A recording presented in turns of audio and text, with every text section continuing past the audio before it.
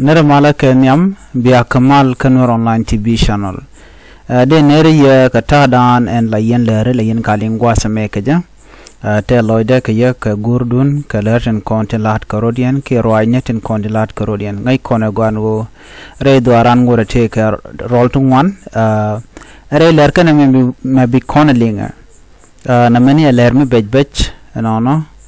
ban rach katadan en chanang nuari re wich Kayunti State ne itila tradery bane kaling kajan lere me ya lere te bej remangai kono no chukuri togon wale no kam SSPDF kene nuer y army jan bana lingo ka lere me kan kono nyam gor jan wo jende channel de support de notification bell de trying ke de share be de ja tubu gwasamo ko gor ko dor no bana jome bana jelin ka do badan cheto ga ja an wale shanka warau kapai bakal ron kine dangrau wide jan dangrau wide dej kajan shanga me bana rocha me bana jelin kaja ka jowanda na shalat gwasa me men goro de nywaka konkel an oye ga dana chitwo kan no trader and no ke net kontila jinya gat katela kwagla ka kok re wichnware lakan kwagla kana wiya kok dor jan ba kul nang dor nware so te kare mu ci to ko long gwasa me ka jowo shala do ne shanwar ti shop ko jandang jok shakana karweng administrative area ka panryang jang Canadian chana kanwa trader ne tela kwak ya kwak re wichin winami ngai kona no kam ji unity kana jang la kan ngwana kana ya ko kam ne ken so ka jom shala gwasa me ma kwalo kwen yamane wachire ka mo shaka peneka kane de kona nakaka tinakane de chop jandang jok tila jinya gaska ti chom mamre wichin winami ka kwi kor ci togan wala wa kane de jandang jok tila kwagla ka kok ka wa kana kare wich karweng administrative area ka panryang jang ki SSPDF no ka jen gwase me kan kono nyam kamandanan tugo nguna kana yone ban ngaje gwanu la kume kirme yadit ngai kono she state of emergency chejeria leka ko benedia le konti dong te ka match ba meken ba ka kap ka sha gorno ba te ka bonte be jal kel chire ngai kono ka jo mashalat gwas me min ku lialo nong liane jandang jok lan were to ka jo ran shalat ka jam ko ne ti kan wala kan kwakla kan ya ko lo dong deran gu jeno chet gatin kono lat kordien ko ken ke businessman ke kan wala kan ya ko lo ga trader ne ken la kan kamo la kan ajal man non ko jene an ko shalat da wa ko en ko shetok kam SSPDF kan ngani ki am use ka panlo kan tor ka paryang ton roweng administrative area ka shwa SSPDF wunong ka roweng ka yunte royal field ko de ka ok te sha page de kan ko lo jo kan ngani awa chingani chikanok chicken ko nong dio je ngani content work to ton nong dio ka ngani nuare no mi chi ka ok chicken ganango ok chanang toni ko chiko ya to kire ko mo chwa SSPDF chwa kulo nong man dong bi ken dong de ne janang jok de kan de ra ta dan na dong cha ka mam ka je re thuo kon tem kur thuo gare re ka paryang ton jen gwadan to korten ka pal lo ken tor ngai kon diala no kor to ka ten ne dan me chi kon lingane ka kore dan chi thuo ka we shal ka benam mi gwade dane sha dorro mo sha jadak ngwana nuore ki ter shong Malaysia gwade dane sha hoken sha ga page ka sha ka nanga ne ti shukan gorno bikan hoken bikan ko lo jok ka ja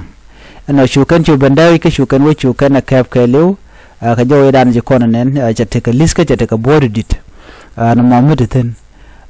chu akulo nyogo mi pat ka ko yo ngum biya ko biya lo jogo je ka sha hoken sha ko kwala ja antam mi to gwasa me ashit ka ngai kon no chade chaje jako ready so ene duor matot achang matot achang chiwo dong te kok te chaw nang anwere ka jang da dil to go no ba ka yan mach so kor me kor mu de tin ngai kon diala no won chaje de guy no ngai kon diala so ko kuje mo kor me je to mala jeslo ade o shi ne ti chop ko jandang dok te shi ko liu ka dar gwada cha ko target tin ko kanwere nuar jandang dok te la trader cha yeken cha ka bat kan dial ka jo dana chalat no kan trader titi ka jo chalat shika part of kor dana chitok but wa bamne ka tin dio jo ko kan kanware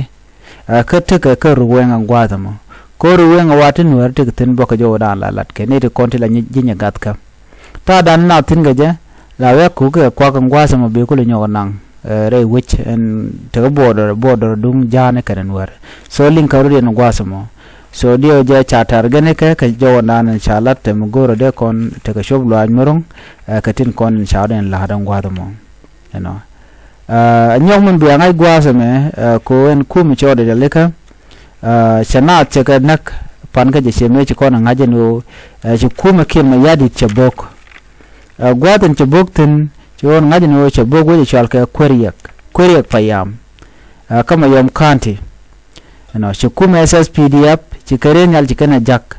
ka shu ka dor dan tin wate ka tin chu kan ko buk kan gwadamo ngai kona gwanwo ta ga ta tin ka ta mandin ta tin so ta rampal kana ko joran chalat no kan de ni tum wan cha kanang an ta mu rai ko na nyo je gwan wo bu kor bu gan tong na siang ka mayom ke ka United State ka kui emergency ka man chalat ke state of emergency man chalale ke ma yadit ko ne ti gur kana long no mon waru kan lo ba ga chu kap kor ka tin net kan ka long gen helicopter ke gunship no she ground for she taw na ka je ka pinya ne wona yet kan war she jan tala jang de yet kan war ka pin la kan be ka pin ka be ka nal chu jakanal so na me agenda na use kana so antam kan war cha mu kan dang baro antam dong ning baro be ka tok do ni ro ke nin diok so bu ko mi kir ma yad di ba man la de be chulat so biya koru wan biya kaling ka be te ka list wan ba ka jibon ton wan ka point den kuma kan netin kon lan wara gwaza me la jalar kanu nware jakkan korko be de tin gatet no nware la maka ne ka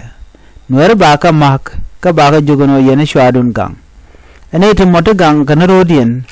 ka kuid ka dwer so na mon nyu ja dor mo kan den kon kuid kan wer dwer ko nware tan mi chikan lar yin lar je no nware chwodo gang yene didi to shwa ne didi chwa jago buka rien gang ma this is a dor ka tungnat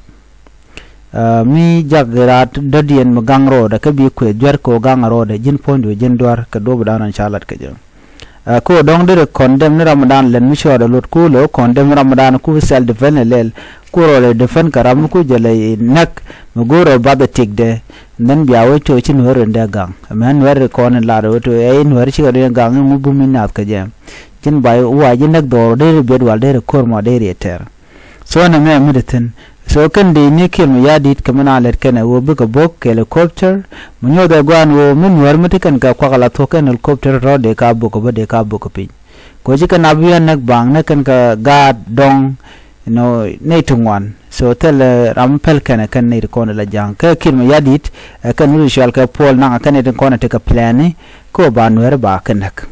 so man gore banang gwasa me en wala chan wer cho jandang dok cha gan nak jang ki kuma SSPDF ko kanware kanne jendoro yanak ka trader renware ne konti la jinya gatka ka ruweng administrative area ajan gwado dana to yekten